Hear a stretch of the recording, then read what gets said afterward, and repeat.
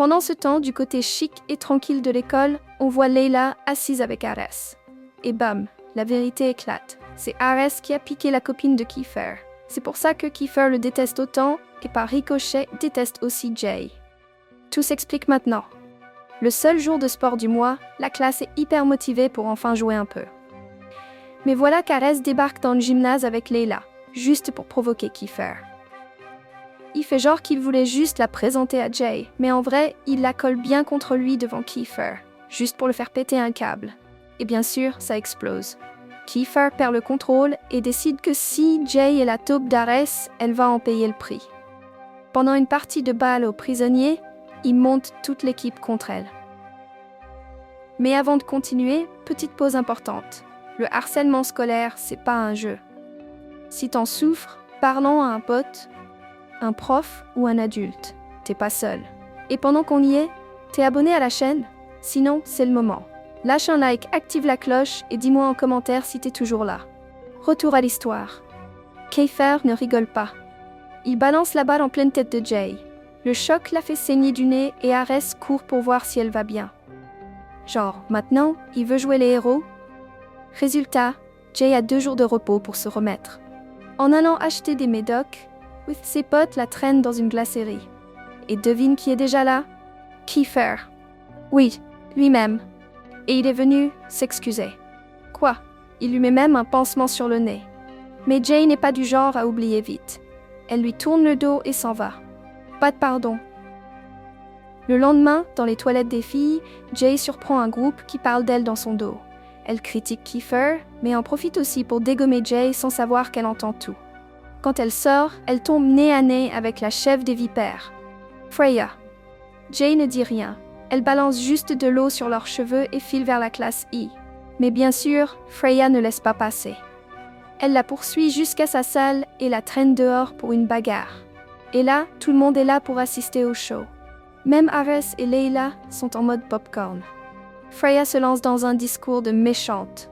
Elle dit que c'est elle la reine de la section A et que les gens de la section E, c'est que des recalés.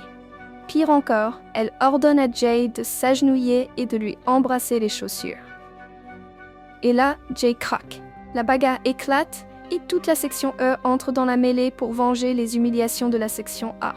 En plein chaos, Yuri lâche à Kiefer que c'est la scène la plus fun de l'année. Il balance même une poubelle pleine d'eau sur les bourges de la section A. Et Kiefer, lui, réussit enfin à coller un coup à Ares. Il se sent vengé, mais il veut toujours dégager Jay du lycée. Alors, il sort son plan le plus tordu. Kiefer décide de séduire Jay juste pour lui briser le cœur. Un plan cruel pour la démolir de l'intérieur. Et faire mal à Ares en bonus. En fin de journée, Sim débarque en panique. Des mecs de la section D sont en train de tabasser Jay dans le gymnase. Kiefer fonce et arrive à temps pour la sauver. Mais il est en infériorité. Jay se bat à ses côtés et au final, il gagne. Kiefer jure qu'il va découvrir qui a commandité l'attaque. Et là, il se met à pleuvoir comme jamais. Jay appelle Harris pour une voiture, mais il répond pas. Et devine qui débarque? Yuri. Mais au lieu de la ramener chez elle, il l'emmène chez lui. Wow, sérieux? Après tout ce bordel, la baston et la pluie, Yuri l'amène chez lui, prétextant que son quartier est inondé. Et quelle maison! Un vrai palace, que du luxe. Tout crie famille blindée. Jay se dit « Mais qu'est-ce que je fous ici ?»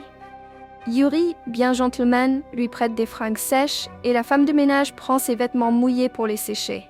Il sort même de la pièce pour qu'elle se change tranquille. Enfin, un minimum de respect, hein? Ensuite, ils discutent un peu et Jay lui demande où sont ses parents. Yuri lui avoue qu'il les voit presque jamais. En vrai, il vit juste avec son grand-père. Et là, au déjeuner. Attention, moment gênant. Le papy de Yuri est choqué de voir Jay là. C'est la première fois que son petit-fils ramène une fille à la maison. Et il balance une remarque chelou, genre il pensait que c'était autre chose. Mais il aime bien Jay. Elle est simple, polie et ça l'impressionne. Tellement qu'il décide de récompenser Yuri pour avoir ramené une fille aussi bien. Mais il veut dire quoi par là? Le lendemain, Yuri débarque tout content et remercie Jay. Pourquoi? Parce que son papy va lui offrir une voiture neuve juste parce qu'il l'a ramenée à la maison. Sérieux, moi aussi je veux être pote avec Yuri. Jay rigole, le félicite et ils vont en classe ensemble, tranquille. Mais là, Yuri capte le regard de Kiefer et se dit qu'il a fait une connerie. Il est pote avec l'ennemi maintenant.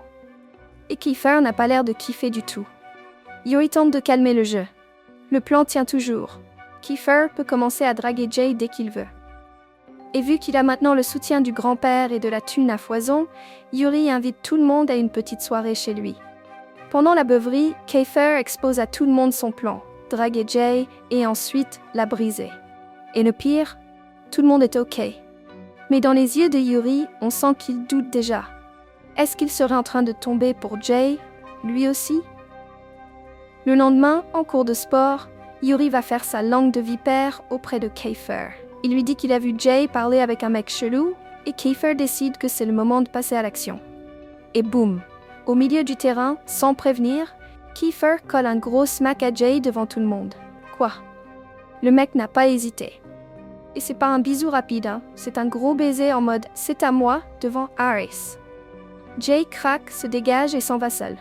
Plus tard, Yuri est furax. Il confronte Kiefer et veut savoir pourquoi il a embrassé Jay comme ça devant tout le monde.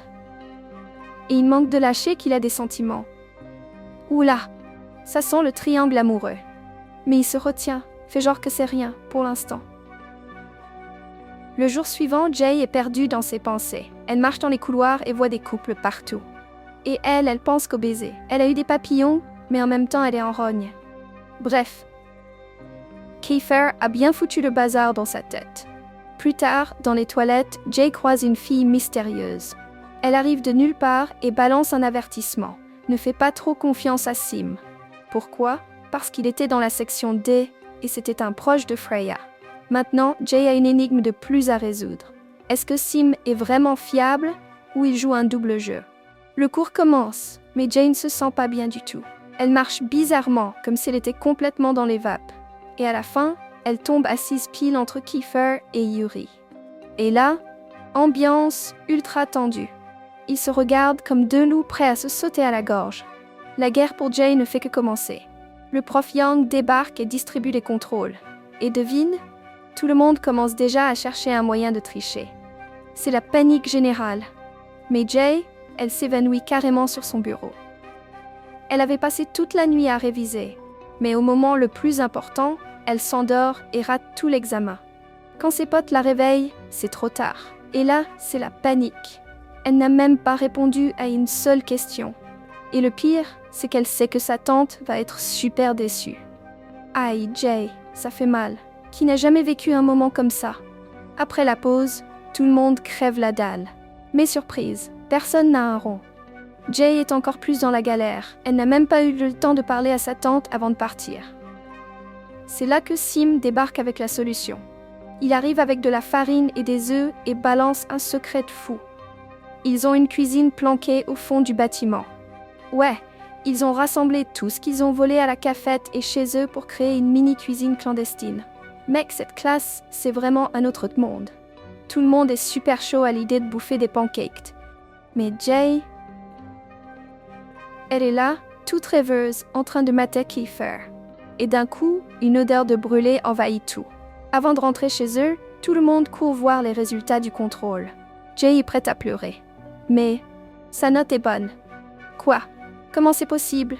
Et le plus fou, c'est Kiefer et Yuri. Les deux ont juste fait une ou deux fautes. Presque la note parfaite. Des génies planqués, quoi. Personne ne s'y attendait. Peu après, Jay voit Sim assis près du bureau du proviseur avec un sac à la main. Curieuse, elle lui demande à qui c'est. Sim dit qu'il l'a trouvé par terre et qu'il attend que la proprio se manifeste. Et elle débarque 2 secondes plus tard. Mais dès qu'elle voit que c'est Sim qui l'a trouvé, elle pète un câble. Elle l'accuse direct d'avoir volé l'argent qui était dedans. Sérieux? Le mec essaie de faire une bonne action et il se prend tout dans la tronche. Toute la classe commence à l'accuser. Jay, même en se rappelant de l'avertissement qu'elle a reçu dans les toilettes, décide de lui faire confiance et prend sa défense. Et pas que. Toute la classe, eux, se range derrière elle. C'est la première fois qu'ils s'unissent vraiment. Et c'est pile à ce moment que Michael entre dans la scène. Il propose de payer l'argent volé, juste pour se la raconter. Il sort un « c'est rien du tout pour moi », super arrogant. et il balance à Sim de retourner dans les égouts d'où il vient. Jay est à 2 doigts de lui sauter à la gorge. Mais avant qu'elle ne fasse une connerie, Yuri l'attrape et la ramène en cours. Là, Sim craque. Il avoue. Il a déjà volé dans le passé. C'est pour ça qu'on l'a envoyé en section E. Depuis, tout le monde le traite comme un criminel, même quand il n'a rien fait. Il dit que le vol qu'il a commis, c'était même pas de son plein gré. Il s'est fait manipuler. Mais personne ne veut entendre ça. À bout, il fond en larmes et s'excuse auprès de Jay, et elle, sans hésiter, lui répond qu'ils sont amis et qu'elle sera toujours de son côté. Quel moment touchant! Après cette séquence pleine d'émotions, Kiefer s'approche de Jay et lui propose de la raccompagner chez elle. En chemin, elle dit que s'il rembourse Michael, Sim ne sera plus vu comme un voleur. Et là, Kiefer balance une bombe. Tout ça, c'était un plan. En vrai, il n'y avait même pas d'argent dans le sac. La section A invente ses pièges juste pour humilier les autres. En gros, ils sont aussi pourris que ceux qu'ils jugent. Ces petits bourges sont des vrais poisons. Pendant ce temps, de l'autre côté de l'école, Ares confronte Leila. Il veut savoir pourquoi elle a fait ça. Et Leila, elle joue la victime, genre elle est toute innocente. Mais Ares voit clair dans son jeu. Enfin, il était temps qu'il ouvre les yeux. Et là, révélation. C'est Leila qui a piégé Sim avec le sac. Elle a fait tout ça par pure rancune. Elle supporte pas de voir Micah se rapprocher de Jay et a l'impression que sa cousine lui pique ses copines. Et le pire, c'est quand Ares lui balance la vérité, si Sim a été transféré en section E, c'est à cause d'elle. Si t'as autant de haine contre Jay, au moins sois plus maligne dans tes vengeances. Et cette embrouille se passe juste devant le bureau du directeur. Autant dire que la rumeur fait déjà le tour de la section A. Ce soir-là, Kiefer accompagne Jay chez Emily, la fille à qui appartenait le sac. Il tente de la confronter, mais Emily reste fidèle à sa team et les envoie balader. Et sur le chemin du retour, Kiefer lâche une autre bombe. C'est lui qui a fait son contrôle. Il a tout résolu en quelques minutes. Et il lui a mis une note qu'elle aurait probablement eue. Jay est choqué. Si Kiefer est si intelligent, pourquoi il est encore en section E? Il aurait pu demander à changer de classe depuis longtemps. Et la réponse? Personne ne la connaît. Ni Jay, ni nous. Mais je veux savoir.